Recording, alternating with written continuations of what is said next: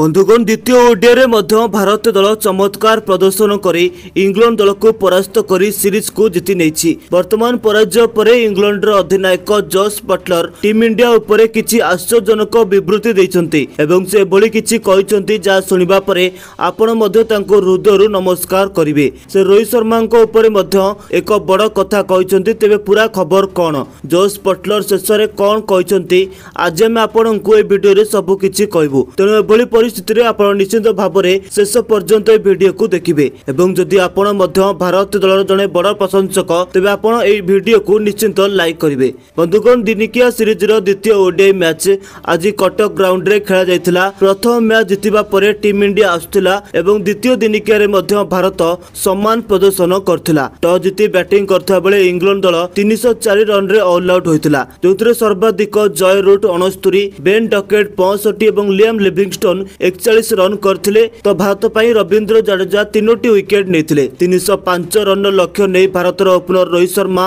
एवं Shubman Gill England bowler को ऊपर भारी पड़ी जाइथिले, कारण रोहित शर्मा एही मैच रे विस्फोरक बैटिंग करी शतक मध्य हासिल करथिले। रोहित 90टी बॉल रे 7टी विशालकाय छक्का एवं 12टी चौका फल रे 119 रन रो चमत्कार पारी खेलिथिले। तो सेपटे शुभमन गिल 60 रन रो पारी खेलिथिले। श्रेयस अय्यर 44 एवं अक्षर पटेल 41 रन रो पारी खेलिथिले। एभली भाबरे भारत 4टी विकेट रे 33टी बॉल बाकी रही एही मैच को जीति नैछि। भारत एही सीरीज रे एबे 2-0 रे अग्रणी नैछि। एही पराजय परे इंग्लैंड रो अधिनायक जॉस बटलर बहुत क्रोधित देखा जाउथिले एवं से तांको दलर दुर्बलता विषय खोलाखोली भाबरे कहिथिले। किंतु सबुठारु आश्चर्यजनक कथा हला, बटलर पराजय ग्रहण करिया बेले रोहित शर्मा एवं समग्र भारत दल को प्रशंसा करथिले। मैच पर एक सांबादिक सम्मेलन रे जॉस बटलर कहिसंति जे आमे पुणी थरे निराशजनक प्रदर्शन करिछु। भारत दल प्रत्येक विभाग रे आमको परास्त करिसंति। तांको बैटिंग, बॉलिंग एवं फील्डिंग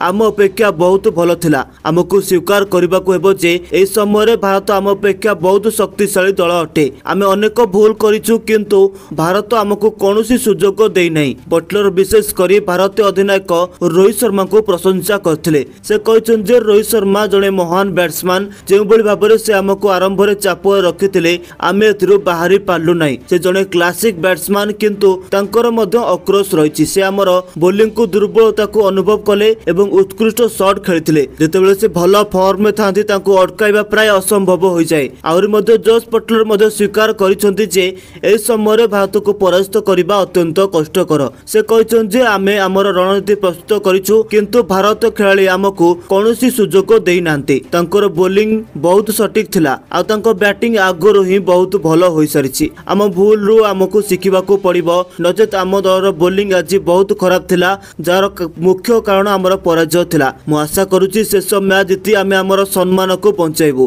तेणु बंधुगण द्वितीय ओडीआई पराजय विषय जॉस बटलर एपरि किछि कहिथिले। तेबे आपनक अनुसार द्वितीय ओडीआई रो विजय रे सबुठारु बड़ हीरो किए, आपनक राय गोटे कमेंट करी जणांतु। एवं एपरि क्रिकेट खबर पई हमर चैनल क्रिक टाइम ओडिया को सब्सक्राइब करी बेल आइकन को प्रेस करंतु।